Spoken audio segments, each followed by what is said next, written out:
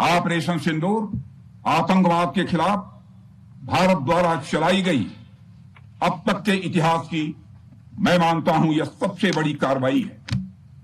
35-40 वर्षों से भारत सरहद पार से चलाई जा रही आतंकवाद का सामना कर रहा है। आज भारत ने पूरी दुनिया को यह साफ कर दिया है, यह स्पष्ट कर दिया है कि आतंकवाद के खिलाफ हम किसी भी हद तक जा सकते हैं। साथियों, आतंकवादियों ने पहलगाम में आतंकवादी घटना को अंजाम देकर भारत के मस्तक पर चोट पहुंचाने की कोशिश की है। भारत की सामाजिक एकता को तोड़ने का भी प्रयास किया गया है। उन्होंने भारत के माथे पर वार किया, हमने उनकी छाती पर वार किया है और छाती पर घाव किया है। पाकिस्तान के जख्मों का इलाज इसी बात में है कि वह भारत विरोधी और आतंकवादी संगठनों को पनाह देना बंद करे और अपनी जमीन का इस्तेमाल भारत के खिलाफ किसी भी सूरत में न होने दे।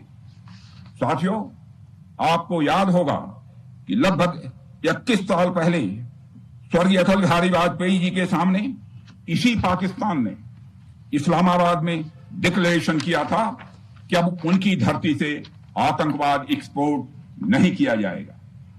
मगर पाकिस्तान ने भारत को धोखा दिया है, पाकिस्तान ने भारत को छला है और आज भी वह धोखा दे रहा है। इसका खामियाजा अब उसको भारी कीमत करके भुगतना पड़ा है और यह कीमत यदि आतंकवादी वारदातें चलती रही तो लगातार यह बढ़ने ही वाली है।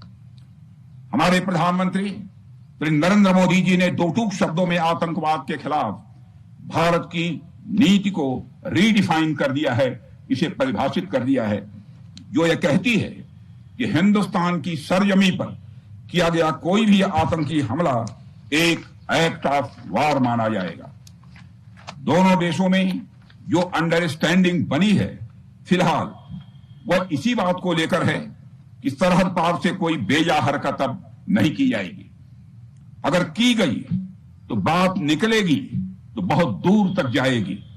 साथ ही हमारे प्रधानमंत्री ने यह भी साफ कर दिया है, आतंक और बातचीत कदापि एक साथ नहीं चलेंगे और अगर बात होगी तो आतंकवाद पर होगी और पाक ऑक्युपाइड कश्मीर पर ही होगी।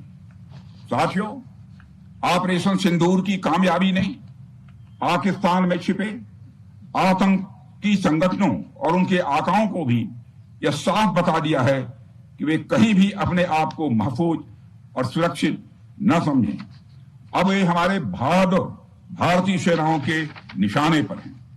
दुनिया जानती है हमारी सेनाओं का निशाना अचूक है और जब वो निशाना लगाते हैं तो गिनती करने का काम वह दुश्मनों पर छोड़ देते हैं।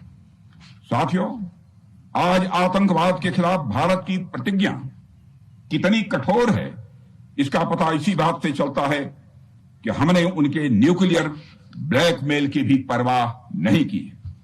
पूरी दुनिया ने देखा है कि कैसे गैर जिम्मेदाराना तरीके से पाकिस्तान द्वारा भारत को अनेक बार एटमी धमकियां दी गई हैं। आज श्रीनगर की धरती से मैं पूरी दुनिया के सामने यह सवाल उठाना चाहता हूं कि क्या ऐसे गैर जिम्मेदार और रोग नेशन के हाथों में परमाणु हथियार सुरक्षित हैं? मैं दुनिया के सामने यह सवाल खड़ा करना चाहता हूं। मैं मानता हूं कि पाकिस्तान के एटमी हथियारों को IAEA international atomic energy agency की निगरानी में लिया जाना चाहिए। मैं यह कहना चाहूंगा और साफ तौर पर कहना चाहूंगा